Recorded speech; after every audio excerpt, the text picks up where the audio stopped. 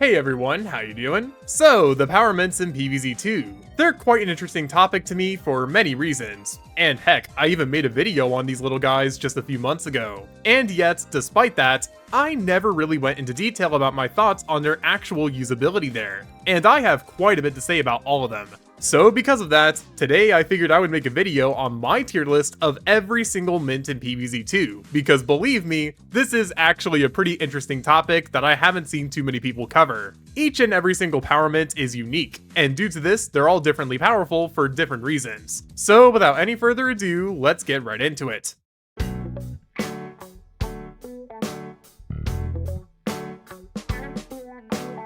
Alright, we should start with what I judged when these plants were ranked. So like I said before, every mint is powerful in their own way. I mean seriously, these are plants that, at their core, buff entire groups of plants for a few seconds, while providing their own buffs on the field too. No matter how you look at it, that's broken. There is no getting around that detail. Though despite this, there is clearly a line between a good mint and a great mint, so I want to briefly discuss what I was looking at for each of my rankings. First off, I looked at the effects that each mint has on the field. These effects are not always the most useful, but when they are, it's always a good thing. And that part is especially true if the families they're buffing are also really good. Simply put, if the family that any given mint boosts isn't all that useful for general situations, then the mint is going to be hurt by proxy, especially in scenarios where the mint ability isn't good. So do you get the idea here? Basically, the mint needs to be good on its own, but the family also has to be good. Those were the two main factors I took into account. Though for one particular mint, I also looked at availability, because if you can't even get your hands onto it easily, then why would you care about how good it is? Simply put, you wouldn't. But we'll get there when we get there. One more thing I want to mention here before moving on is that this is all just my opinion. So,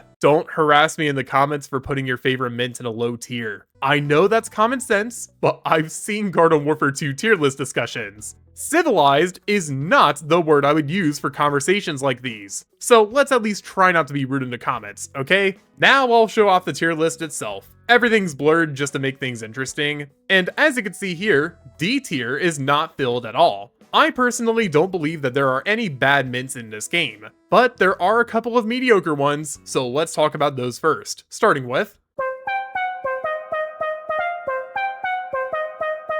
C tier is the tier that I labeled as good for stalling / chaos. The reason why this section is labeled as such is pretty clear. These are the plants that are only really useful for buying some time. Now with that introduction out of the way, what was my lowest ranking? Well, that would be enchantment. So enchantment's gimmick is, on paper, pretty good. When they're placed down, they hypnotize a couple of zombies on the board. It's simple, but very effective. Or so it would seem. Yeah, there's a problem with this, and it's called RNG. You can't actually choose which zombies fight for your cause, which means that in the wrong situations, you could end up barely buying more time for the lanes that you get a hypnotized zombie on. Sure, you could hypnotize a Garg, but you could also hypnotize 2 imps. So yeah, that's not really optimal. Now, if the family that enchantment boosted was worth using in a lot of scenarios, then this wouldn't even be an issue. However, the enchantment family is a pretty gimmicky one at that, so unfortunately, this plant gets screwed over no matter what. I have to admit, I kinda feel bad because I do like this mint's idea, it's just not all that useful in-game.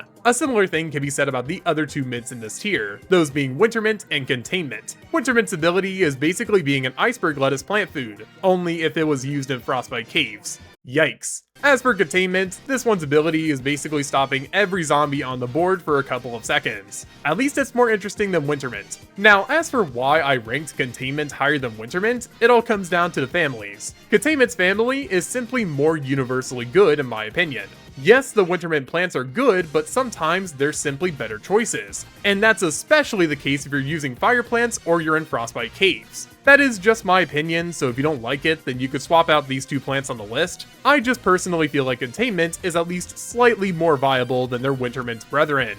Okay, so that is the bottom tier covered. There's not a whole lot more to discuss with these plants, but that's due to change with our next tier here, that being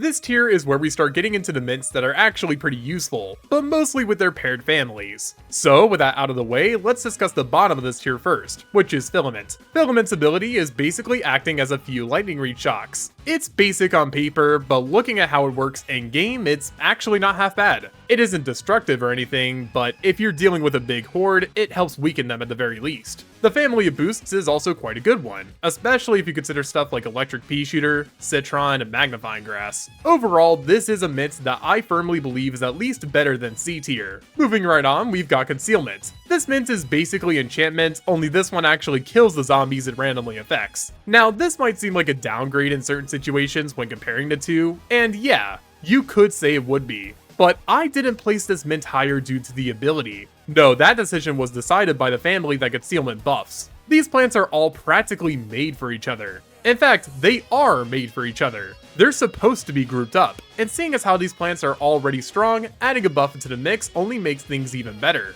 So yeah, I would say Concealment is quite a good pick if you already use the family it's associated with. Up next is a set of two that I can't really decide between, those being Appeasement and Armament. Appeasement's ability lets it shoot a few peas out of its body, with the front of it dealing enough damage to kill one Conehead. Though to make up for this, you also have to consider the family that it's buffing, and well, you should know what I mean when I say that buffing these plants, even for just a few seconds, is very big. On the contrary, Armament takes a different approach by being the opposite of Appeasement. Its ability allows it to fire mint mortars into the air, which deal massive damage when they connect with targets. It's random like the other RNG plants, but it's still pretty good. Now, the family of boosts is a little harder to make a case for than the Appeasement one. See, while the plants here are good, they're not often used. So it's hard to justify picking some of these up just to make this mint feel even more useful. It's hard for me to choose between the two, so I think they'll occupy the spaces next to each other here for a little while. If you have any opinions on which one you think is better, then let me know in the comments. But otherwise, this is where both of these mints will reside.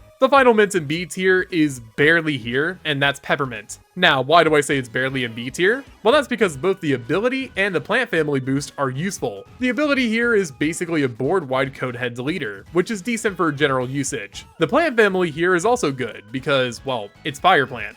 Pyrevine, Fire Pea Shooter, Ghost Pepper, and more are already useful plants, and they just get better with the temporary buffs too. Overall, Peppermint is a pretty useful mint. So B tier took things a bit further, but we're not done covering the good mints.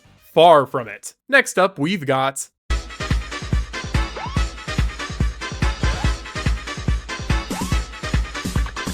this tier can be best described as the mints that are almost always good, even if you don't have many, or really any family members to pair them up with. And when I say they're almost always good, I really do mean it. And with that being said, our bottom ranker here is a great example of what I mean, that being Bombardment. This mint's ability is quite simple. It basically just blows up 3 sections of zombies on the board. The choices are random, but the explosions make that not really matter so much because they're basically as strong as a cherry bomb. Now, as for the plants that get buffed, well, it's not exactly the most useful thing in the world to buff these already strong plants, so I guess this mint is probably better off being on its own. Next up is Enforcement, which I would say is good for particularly tough cleanups in the endgame. See, this mint's ability is basically to act as a Shrieking Violet, as it can shrink up to 10 zombies on the board when it gets placed down. Now, this in of itself is already pretty good, but combining that with the family of boosts is where things get even better. Wow, Bok Choy's actually good now, that's crazy! All jokes aside, this plant is pretty good for general situations, but even better for specific cases like Garg Spam. And frankly, I think that's all it needs to be this high up on the list. Our next plant here also happens to be our first truly broken one, and that's Ailment. The ability for this plant is so simple, yet so powerful. Every zombie on the board gets poisoned. This means that any zombie with Buckethead HP or lower dies, and the ones with higher HP get hurt as well. This is the best crowd control mint out of the bunch. It's so useful. Now, the family of boosts isn't all that crazy, but why would it need to be when the mint itself is so good? It's honestly nuts how strong this mint is, and we could still go further too. The final mint for this tier is kind of cheating here, as it's also really good, but it kind of does need some family plants to be effective. Though once I tell you what it does, I'm sure you'll understand just fine. The mint here is Reinforcement, and the ability it has makes it push all zombies on the board 1 tile back. Whoa. Okay, there's more to it. No, they just had to give it more. The other ability here is that every Reinforcement family plant on the field activates their plant food too. Yeah, That is as crazy as it sounds. This one is genuinely so good that I had to break the arbitrary rule I made for A tier just to properly rank this mint. It's so worth using, even if you have just one wall plant in your typical setups. So that's A tier. These plants are all really good, but as you're about to see, things are going to get even better with our final two mints being in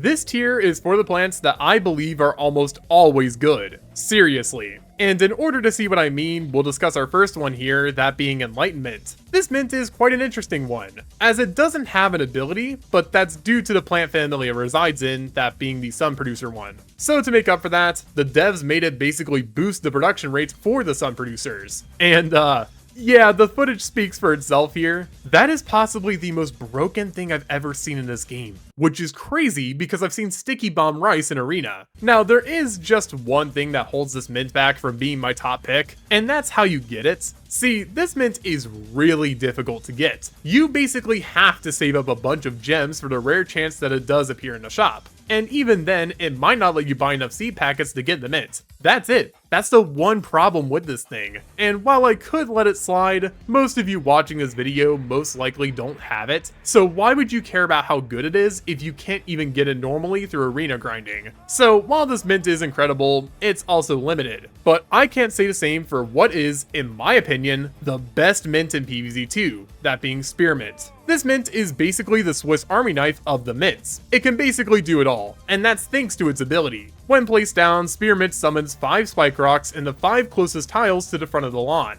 Now, it might seem pretty bare bones until you realize just how good this actually is. Let's break things down here, shall we? First of all, the Spike Rocks themselves scale levels with your own Spike Rock level. So if you happen to invest in a level 5 Spike Rock, then you can basically beat some of the levels by placing one Spearmint down. Though, honestly, even without that high level, Spike Rock still kills Coneheads on its own. So first waves are basically free for you no matter what. Now, I bet you're thinking, alright, that's pretty good. But what about shovel zombies and that sort of thing? Well, yeah, the Spike Rocks can't really defend against zombies that hurt them. But if you need to, you could always shovel up the plants for more sun. Yeah, that works too. Why would you use these guys in Lost City when you could just invest them into some A keys? Or maybe you don't want to lose them to a Garg. Well, why not shovel them up? You see how this ability is useful in a lot of different scenarios? It's honestly pretty disgusting to be able to essentially spawn in an early defense. Now, with that being said, the family boost is also good. It's obviously not as crazy as the ability is, but considering the plants that you get to buff here, it could be a lot worse.